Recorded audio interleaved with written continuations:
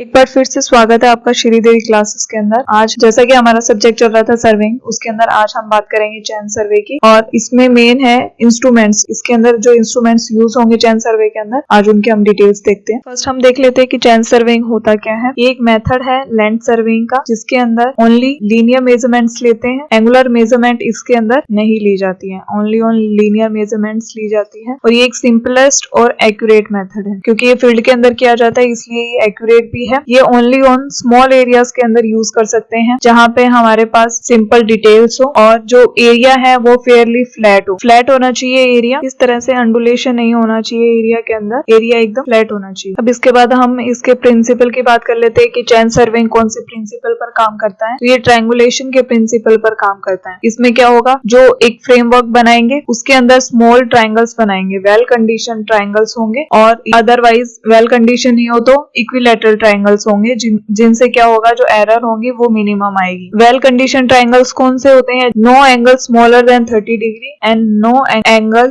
Longer than 120 degree. Okay, तो जिसका angle जैसे कि ये है, इसका कोई भी एंगल 30 डिग्री से कम नहीं होगा, और जो मैक्सिमम एंगल है वो कितना होगा, 120 डिग्री, वो होंगे वेल कंडीशन ट्रायंगल्स। और एक बात आती है इक्विलैटरल ट्रायंगल्स की, जिसके अंदर सारे जो एंगल होंगे वो 60 डिग्री के होंगे, तो जिससे क्या होगी, उनकी लेंथ होगी वो भी इक्वल होगी। ये ऐसे ट्रायंगल्स होते हैं जहाँ पे 3 साइड्स होंगी वो सेम लेंथ की होंगी, और उसकी वजह से उनके क्या होंगे, एंगल भी सेम आएंगे। इक्विलैटरल ट्रायंगल्स वो ट्रायंगल्स होते हैं जिनकी क्या होंगी, जो एंगल्स होंगे वो तीनों के तीनों सेम होंगे, जैसे ये 60 डिग्री 60 डिग्री 60 डिग्री, जिससे क्या होगी, इनकी लेंथ होगी वो भी सेम आएगी। ओके, तो ये दोनों तरह के जो ट्रायंगल्स हैं वही यूज किए जाते हैं चैन सर्वेइंग के अंदर। क्यों? क्योंकि इसका जो प्रिंसिपल होता है वो ट्रायंगुलेशन होता है, तो ट्रायंगल्स हमें बनाने पड़ेंगे एक फील्ड के अंदर।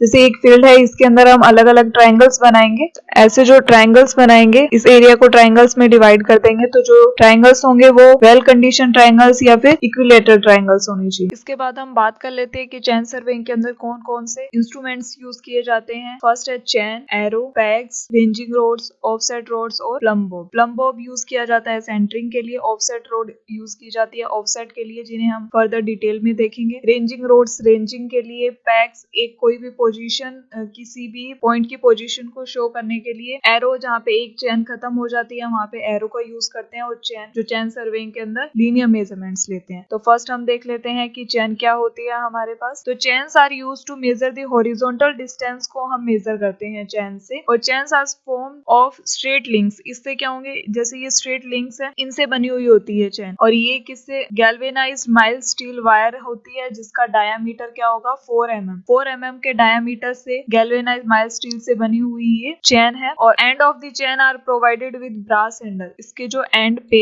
ये ब्रास हैंडल है ये प्रोवाइड किया जाता है एंड पे। और एक चैन की लेंथ को मेजर करने के लिए ये इस आउटसाइड से लेके उस आउटसाइड तक एक चैन की लेंथ होती है। क्या होती है कि एक चैन की लेंथ हम कैसे मेजर करते हैं, outside of the one handle to outside of the other handle. तो ये एक चेन की जो लेंथ है वो मेजर की जाती है। और ये जो बात कर रहे हैं हम एरो की, तो ये एक जैसे ही चैन खत्म होती है वहां पे एरो का यूज करते हैं, तो एरो यहाँ पे लगता है। ये जो पॉइंट है, ये ग्रूव दिया हुआ है, यहाँ पे हम यहाँ से ये जो डिस्टेंस है ये एरो लगाने के लिए ही दी जाती है। तो अब इसके अंदर हम देख सकते हैं कि चैन कैसी होती है। ये इसके अंदर आई बोल्ट होता है, जिससे कि हम लिंक्स को जोड़ते हैं, और ये रिंग्स होती हैं। ओके, तो ये चैन हमें। अब नेक्स्ट हम बात करते हैं चैन के एडजस्टमेंट की। तो जब भी हम चैन का यूज करेंगे तो हम उसको टाइम टू टाइम एडजस्ट करते रहेंगे। अगर हमारे पास कोई भी ये चैन है, अगर इसके हमारे पास लेंथ थोड़ी लॉन्ग हो जाती है या थोड़ी शॉर्ट हो जाती है, तो उसके लिए हम क्या करेंगे, जैसे हम चैन का कंटिन्यूअस यूज करते रहते हैं तो उससे क्या होगी, चैन जो ऑल्टर हो जाती है, थोड़ी ऑल्टर हो जाएगी, जिससे क्या होगा, जो लिंक्स होंगे उसके वो बेंड हो जाएंगे और उसकी लेंथ क्या हो जाएगी, छोटी हो जाएगी। और अगर हम उसको ज्यादा स्ट्रेच कर देंगे तो वो थोड़ी क्या होगी, इलोंगेटेड हो जाएगी, उसके जॉइंट्स ओपन हो जाएंगे, जिससे वो थोड़ी लंबी हो जाएगी। तो इन सब के लिए हमें टाइम टू टाइम चैन को टेस्ट करते रहना चाहिए, चैन की टेस्टिंग करते रहना चाहिए टाइम टू टाइम। टेस्टिंग के लिए क्या करेंगे, जैसे ये एक चैन है, इसको हम एक स्टैंडर्ड टेप से मेजर कर लेंगे, अदरवाइज हम एक इसको स्टैंडर्ड चैन से मेजर कर लेंगे। अगर जरूरत हो तो हम इसको टेस्ट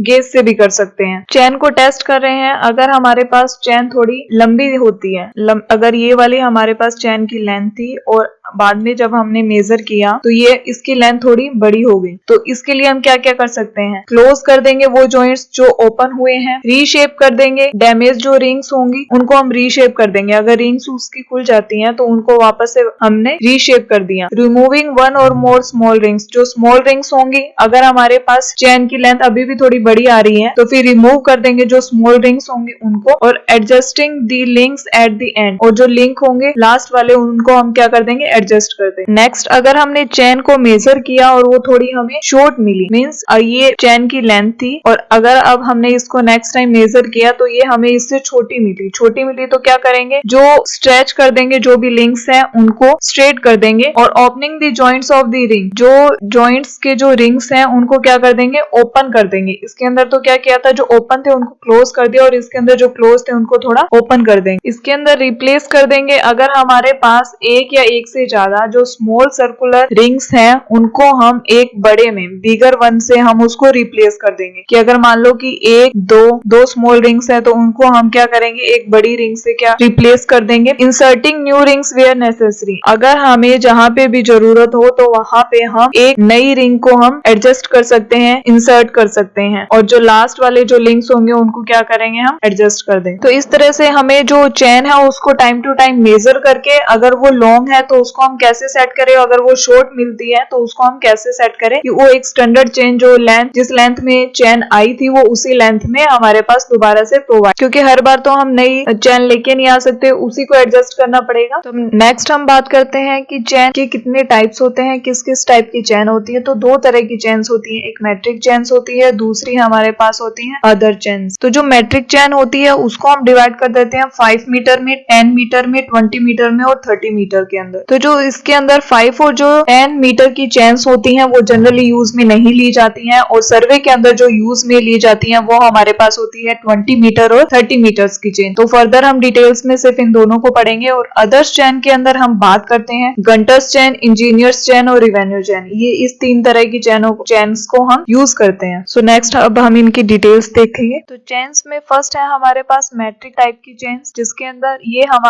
वाइडली यूज होती हैं। इसके अंदर 20 मीटर चेन और 30 मीटर चेन सर्विंग के अंदर यूज की जाती हैं। तो जो ये 20 मीटर की चेन है इसके अंदर 100 लिंक्स होते हैं, और जो एक लिंक है उसकी जो लेंथ है वो 20 सेंटीमीटर होती है। इसी तरह से 30 मीटर की चेन के अंदर लिंक्स 150 हो जाएंगे, और एक लिंक की जो लेंथ है वो वही आएगी हमारे पास 20 सेंटीमीटर। जो टैलीज फिक्स की जाती हैं, हर 5 मीटर पे एक टैली फिक्स की जाएगी। और इसके अलावा ऐसी कुछ ब्रास रिंग्स होती हैं जो प्रोवाइड की जाती हैं, और वहां पे प्रोवाइड नहीं की जाएगी जहाँ पे हमारे पास क्या प्रोवाइड की जाएगी, टैली। तो ये जो लिंक है हमारे पास, ये जो हमारे पास टैलीज हैं ये 10 और 90 लिंक्स पे प्रोवाइड की जाती हैं, ये 20 और 80 लिंक्स पे। इस तरह से ये जो टैलीज हैं वो प्रोवाइड की जाएंगी। और जो इनकी मैक्सिमम टॉलरेंस लिमिट है वो 20 मीटर चेन की कितनी है, ±5 mm। और इसी तरह से 30 मीटर चेन के हमारे पास टॉलरेंस लिमिट आती है ±8 mm। कि इनके लेंथ के अंदर इतना वेरिएशन होगा तो ये हम टॉलरेट कर सकते। चेन का ही एक और टाइप है गंटर्स चेन। इस चेन के अंदर लेंथ जो हमारे पास होती है वो 66 फीट होती है, और इसमें 100 लिंक्स होते हैं। इट मीन 66 को जब हम 100 से डिवाइड करेंगे तो एक लिंक है उसकी जो हमारे पास लेंथ है वो कितनी आ जाएगी, 0.66 फीट। और जो 10 स्क्वायर चेन होंगी उनको हम 1 एकड़ मेजर करेंगे। अगर ये हमारे पास 10 स्क्वायर चेन्स आएंगी, इट मीन्स ये कितना हो गया, 1 एकड़। और जो 10 चेन्स हैं ये तो हमारे पास है 10 स्क्वायर चेन्स, और ये हमारे पास है 10 चेन। अगर 10 स्क्वायर चेन्स होंगी तो वो 1 एकड़ होगी, और अगर 10 चेन्स होंगी तो 1 फरलॉन्ग होगा। और अगर हमारे पास 8 फरलॉन्ग्स हो जाते हैं तो वो 1 माइल दिखाता है। इसका मतलब ये हुआ कि इसमें जो लेंथ है हम मेजर कर सकते हैं माइल के अंदर, और एरिया मेजर कर सकते हैं हम किसके अंदर, एकड़ के अंदर। तो ये अब 66 फीट की चेन है और इसके अंदर कितने लिंक्स हो गए हमारे पास, 100 लिंक्स। इसी तरह से हम बात करते हैं इंजीनियर्स चेन, जिसको जो कितनी होती है 100 फीट जिसकी लेंथ होती है, और जो इसमें लिंक्स होंगे वो 100 होंगे। इसका मतलब क्या हुआ, जो एक लिंक होगा वो कितनी डिस्टेंस पे होगा,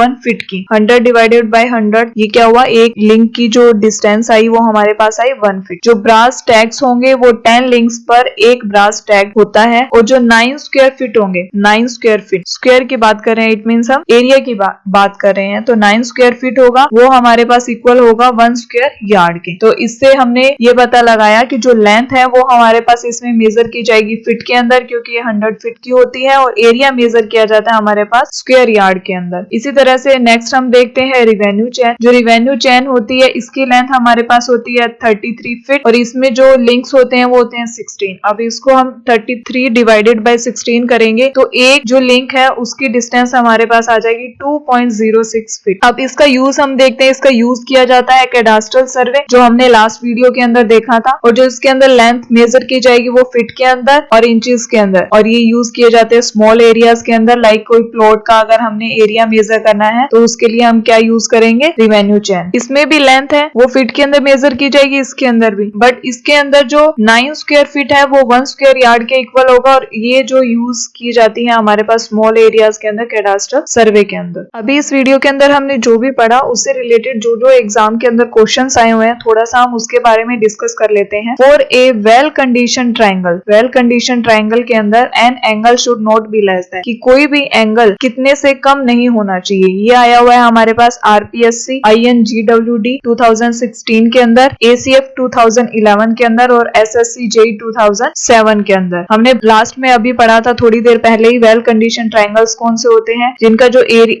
एंगल है वो कितने से कम नहीं होना चाहिए, 30 डिग्री से कम का एंगल नहीं होना चाहिए, और जो मैक्सिमम एंगल था वो कितना था हमारे पास 120 डिग्री। ओके, नेक्स्ट क्वेश्चन है the distance between two brass rings in surveyor chain. Surveyor chain के अंदर जो ब्रास रिंग है, अब देखते हैं हम कि सर्वेयर चैन क्या होती है। सर्वेयर चैन कुछ नहीं गाइस, वही होती है गंटर्स चैन को ही हम सर्वेयर चैन भी बोलते हैं। तो इसके अंदर ये बात कर रहा है कि टू ब्रास रिंग्स के बीच के अंदर कितनी डिस्टेंस होती है, कि टू ब्रास रिंग्स के अंदर कितनी डिस्टेंस होगी, कौन सी चैन के अंदर, सर्वेयर या फिर गंटर्स चैन के। तो ये हमारे पास होती है 1 मीटर। यह आया हुआ SSC JEE 2015 के अंदर। नेक्स्ट बात करते हैं कि total number of links provided in Gunter's chain. Gunter's chain के अंदर कितने टोटल नंबर ऑफ लिंक्स होते हैं। गंटर्स चेन फर्स्ट कितने फीट की होती है, ये हमारे पास होती है 66 फीट की, बट इसके अंदर जो लिंक्स होंगे वो कितने होंगे हमारे पास 100। तो इसका राइट आंसर हो जाएगा 100 लिंक्स। नेक्स्ट क्वेश्चन यह है SSC JEE 2015 के अंदर, और नेक्स्ट क्वेश्चन है कि मैट्रिक चेन। जो मैट्रिक चेन हमने बात की थी नंबर ऑफ लिंक्स पर मीटर रन, कि 1 मीटर के अंदर, मैट्रिक चेन के अंदर 1 मीटर के अंदर कितने लिंक होते हैं। 1 मीटर के अंदर हमने अभी देखा था कि एक लिंक है वो कितनी डिस्टेंस पे होता है। एक लिंक जो होता है, एक जो लिंक है वो हमारे पास होता है 20 सेंटीमीटर। एक लिंक कितनी डिस्टेंस पे होता है 20 सेंटीमीटर पर। तो अब 1 मीटर कितना हो जाएगा, उसके अंदर कितने लिंक्स हो जाएंगे, 20 सेंटीमीटर में एक होता है तो 1 मीटर में कितने हो जाएंगे 5। तो 1 मीटर के अंदर हमारे पास कितने लिंक्स आ गए 5। तो इसका राइट आंसर है सेकंड। यह आया हुआ है SSC JEE 2009 के अंदर। तो गाइस देखिए कि कितने इजी क्वेश्चंस आए हैं। जो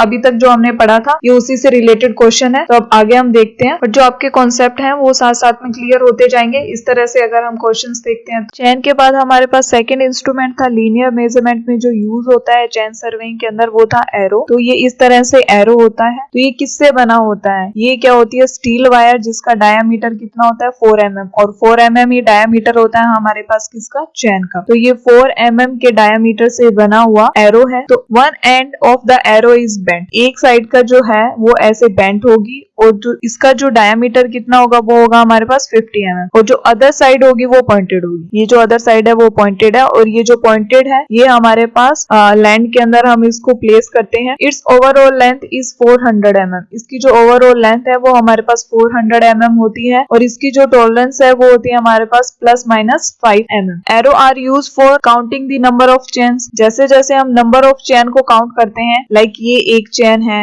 ये दूसरी चेन है, ठीक है, और ये तीसरी चेन है, तो इसके बीच में हम किसका यूज करते हैं, एरो का। एक एरो, 2 एरो, तो इससे क्या पता चला कि एक चेन हो गई, ये 2 चेन हो गई। तो इसके लिए हम एरो का यूज करते हैं। An arrow is inserted into the ground. Ground के अंदर हम ये जो इसका पॉइंटेड जो हिस्सा है इसको हम क्या करेंगे, इंसर्ट कर देंगे। After every chain measured on the ground, जब एक चेन मेजर हो जाती है तो इसको एरो को हम प्लेस कर देते हैं। फिर एक चेन हो गई, फिर इसके बाद में एरो को प्लेस कर देंगे। ये काम करता है हमारे पास एरो, जो किससे बना होता है, स्टील वायर से। चैन सर्वेइंग के अंदर नेक्स्ट हम इंस्ट्रूमेंट जो यूज होता है उसकी बात करते हैं। एक होता है हमारे पास रेंजिंग रोड और एक होता है हमारे पास ऑफसेट रोड। दोनों सेम है, इस तरह से दिखती हैं, लगभग सेम दिखती हैं, बट इनमें डिफरेंस क्या होता है, जैसे कि देखने से पता चल रहा है इसमें फ्लैग है, ये हमारे पास रेंजिंग रोड है और ये हमारे पास ऑफसेट रोड है, और इसके अंदर एक जो ग्रूव होता है ये इस तरह से। तो देखते हैं अभी हम। Ranging rod are use for ranging some intermediate points. एक लाइन के अंदर जो इंटरमीडिएट पॉइंट होंगे उनको रेंजिंग करने के काम में आती है। इट मीन्स उनको एक लाइन के अंदर लगाने के काम में आती है। Ranging rods are generally 2 to 3 metres in length. Length के अंदर ये कितने होते हैं? 2 से 3 मीटर लंबी होती है। रेंजिंग रोड कितनी होती है? 2 से 3 मीटर तक लंबी होती है। Painted with alternate bands of black and white और रेड एंड व्हाइट। ये अल्टरनेट इस पे बैंड बने होते हैं, या तो ब्लैक एंड व्हाइट होंगे, अदरवाइज हमारे पास होगा रेड एंड व्हाइट। ठीक है, और जो इसका एक पार्ट होगा ना, उसकी जो